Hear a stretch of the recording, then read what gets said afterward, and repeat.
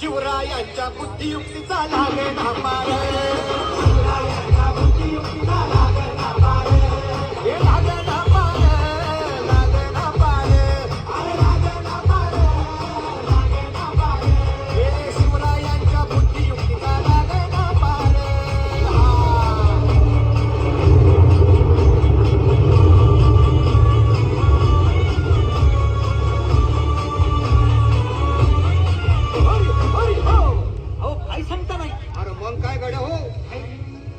बसला हाय ना गणित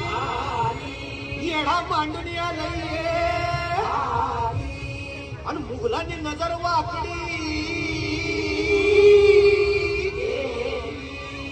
मग राजानं काय केलं राजाने आता युगात